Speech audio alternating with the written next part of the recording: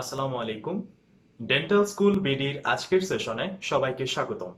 যারা আমাদের চ্যানেলটি সাবস্ক্রাইব করেননি তারা প্লিজ চ্যানেলটি সাবস্ক্রাইব করুন এবং যারা করেছেন তাদেরকে অসংখ্য ধন্যবাদ। তাহলে চলে যাচ্ছি আমাদের মূল সেশনে।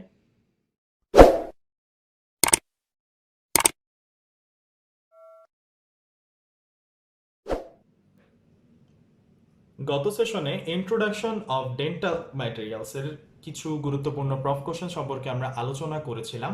আজকে পার্ট 2 তে আরো কিছু গুরুত্বপূর্ণ কোশ্চেন এবং তার আনসারগুলো সম্পর্কে আমরা আলোচনা করব। এক্ষেত্রে বলে রাখা ভালো যে সকল কোশ্চেন এবং আনসারগুলো আমরা আলোচনা করছি তা প্রফ পরীক্ষার জন্য অত্যন্ত গুরুত্বপূর্ণ, প্রফের রিটেন এবং ভাইবার জন্য অত্যন্ত গুরুত্বপূর্ণ বিধায় আমরা এগুলো আলোচনা করছি। আচ্ছা, চলে আসি কোশ্চেন এবং আনসারের মধ্যে। প্রথম কোশ্চেনটি হচ্ছে what are the manipulative variables under the control of clinician, অর্থাৎ ক্লিনিশিয়ানের কন্ট্রোলের ভেতরে কি কি ম্যানিপুলেটিভ ভ্যারিয়েবলস থাকে। দেখি, এর হচ্ছে তিনটা পয়েন্ট অথবা তিনটা জিনিস: powder liquid ratio, mixing temperature এবং রেট অফ স্প্যাচুলেশন। আমি আবার বলছি, powder liquid ratio, mixing temperature আর রেট অফ স্প্যাচুলেশন।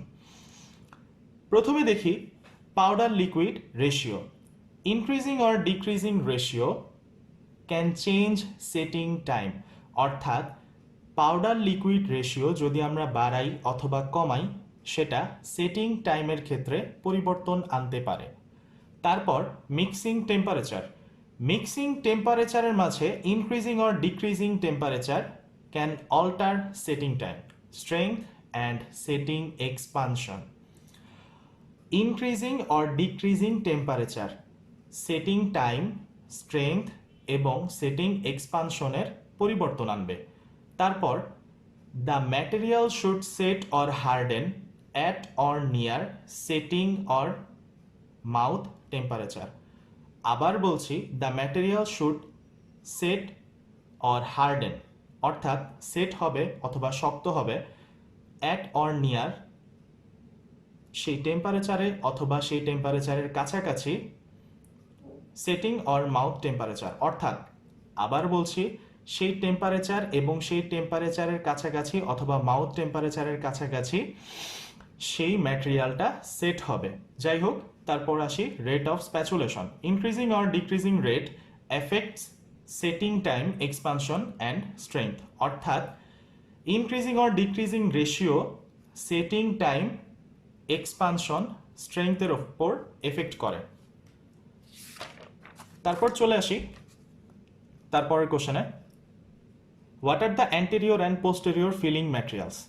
এটা প্রফের জন্য আসলে অনেক গুরুত্বপূর্ণ একটা কোশ্চেন। এই কোশ্চেনটা খুব কমনলি প্রফে আসে। দেখি তার আনসারটা। অ্যান্টেরিয়র ফিলিং ম্যাটেরিয়াল এবং পোস্টেরিয়র ফিলিং ম্যাটেরিয়াল, অর্থাৎ অ্যান্টেরিয়র টুথের জন্য যে সকল ফিলিং ম্যাটেরিয়াল থাকে এবং পোস্টেরিয়র টুথের জন্য যে সকল ফিলিং ম্যাটেরিয়াল থাকে। এর মধ্যে আবার ভাগ আছে দুটো, তা হচ্ছে মেটালিক, নন মেটালিক। মেটালিক, নন মেটালিক, অর্থাৎ দুটোর মধ্যেই মেটালিক এবং নন মেটালিক ভাগটা থাকে। তাহলে দেখি আমরা, মেটালিকের মধ্যে আছে গোল্ড ফয়েল, ম্যাট গোল্ড এবং পাউডার্ড গোল্ড। আমি আবার বলছি, গোল্ড ফয়েল, ম্যাট গোল্ড এবং পাউডার্ড গোল্ড। নন মেটালিকের মধ্যে থাকে silicate cement, silicophosphate cement, glass ionomer cement. Silicate cement, silicophosphate cement, glass ionomer cement. এই দেখা হয়ে গেল আমাদের অ্যান্টেরিয়র টুথের জন্য যে সকল ফিলিং ম্যাটেরিয়ালস ব্যবহার করা হয়। তারপর আমরা দেখব পোস্টেরিয়র টুথের জন্য যে সকল ফিলিং ম্যাটেরিয়াল ব্যবহার করা হয়। তার মধ্যে আছে মেটালিক এবং নন মেটালিক। মেটালিকের মধ্যে আছে ডেন্টাল অ্যামালগাম, ডেন্টাল অ্যামালগাম।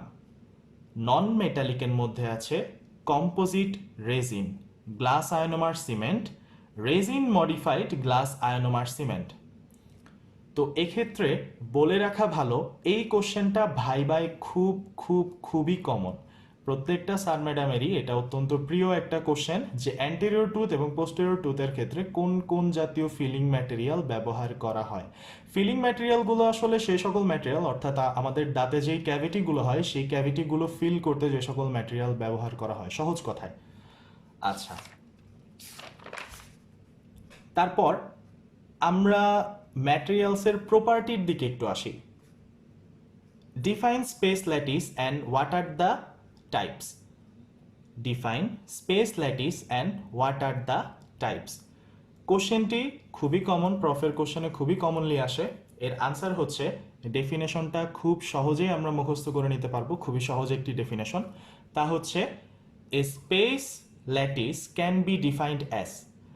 এতটুকু আসলে আমরা যে কোনো ডেফিনেশন পড়তে গেলে can be defined as, refers to, এই টার্মগুলো আসলে ইউজ করি, সো এইগুলোর মধ্যে পড়ে যায়। তারপরেরটুকু হচ্ছে মেইন পার্ট, যেটা a space lattice can be defined as an arrangement of atoms in space in which every atom is situated similarly to every other atom. আমি আবার বলছি, a space lattice can be defined as an arrangement of atoms in space in which every atom is situated similarly to every other atom. ডেফিনেশনটি আমরা পুরোপুরি ঠোঁটস্থভাবে মুখস্থ করে নিব, কারণ এটা খুব কমনলি প্রফে আসে। তারপর এর টাইপসগুলো দেখি। দেয়ার আর 14 পসিবল ল্যাটিস টাইপ।